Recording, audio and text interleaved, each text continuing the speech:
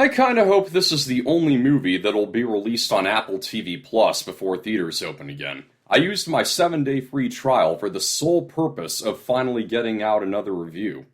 Greyhound stars Tom Hanks as a U.S. Navy captain on his first assignment after America entered World War II. He leads an Allied convoy on a relentlessly dangerous voyage across the North Atlantic seas, crawling with Nazi submarines, with 3 days before they can get backup from the Air Force. So Tom Hanks, who also wrote this movie, said it was an absolute heartbreak that it had to go to streaming because it's meant for the maximum audio and visual experience of the theater. Having a projector and a blank white wall in my apartment makes things better for me, and I will say, if you plan on seeing Greyhound, you may want to watch it on the biggest screen you can get. It's a better looking movie than something like Roland Emmerich's Midway, which I thought was pretty good, but there was some poor green screen. There were times where it didn't really look like people were in front of the open ocean. Never is this the case with Greyhound. It always looks like it truly is out at sea. It has excellent visuals and mostly impressive sound effects.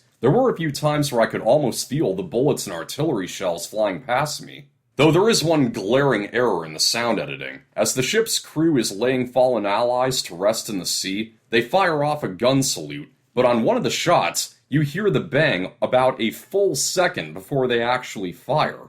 Sure, little mistakes like audio and synced continuity errors and such are almost always going to be present in a big budget film, but when it's something that you're able to notice on your first viewing, then I think it counts as legit criticism. The movie overall has the look and sound of a riveting war movie, but it comes up far short of being so because the writing for the people in the story is very thin. The most we know about the captain is that this mission has parted him from the woman in his life, who's played by a rather wasted Elizabeth Shue. There's a moment during the voyage where he flashes back to her, but it's not a recollection of an important conversation they had or anything along those lines. It just cuts to her once, and that's it.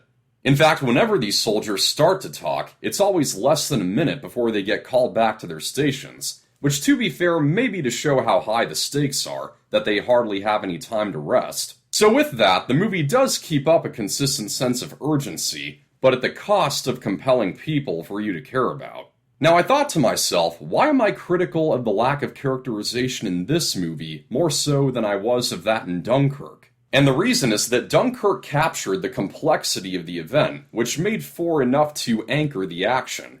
Greyhound is just a basic point A to point B journey, facing off against enemies whenever they show up. It's essentially the same scenario done enough times to reach a bare minimum runtime of 90 minutes. It begins to get stale after a while, up until the rousing climax, which did at one point make me exclaim, "Whoa!" A movie does deserve credit when it can jolt a whoa out of me. There's not a single bad performance in this movie. Tom Hanks you can always rely on to do the best with what he's got. It's just that he and the rest of the crew are given little beyond just standing with unsettled stares as they float through ominous territory. Greyhound earns points for its excellent special effects, a mildly suspenseful atmosphere, and some tense moments, but it's just too short on substance for it to leave a lasting impact on me, the way that a lot of other war movies have, or for me to ever care to watch it again. If this and Larry Crown are any indication, Tom Hanks should set writing aside and dedicate all of his time to just acting. Scoring on the Factor Facts, I'll give Greyhound a 58%.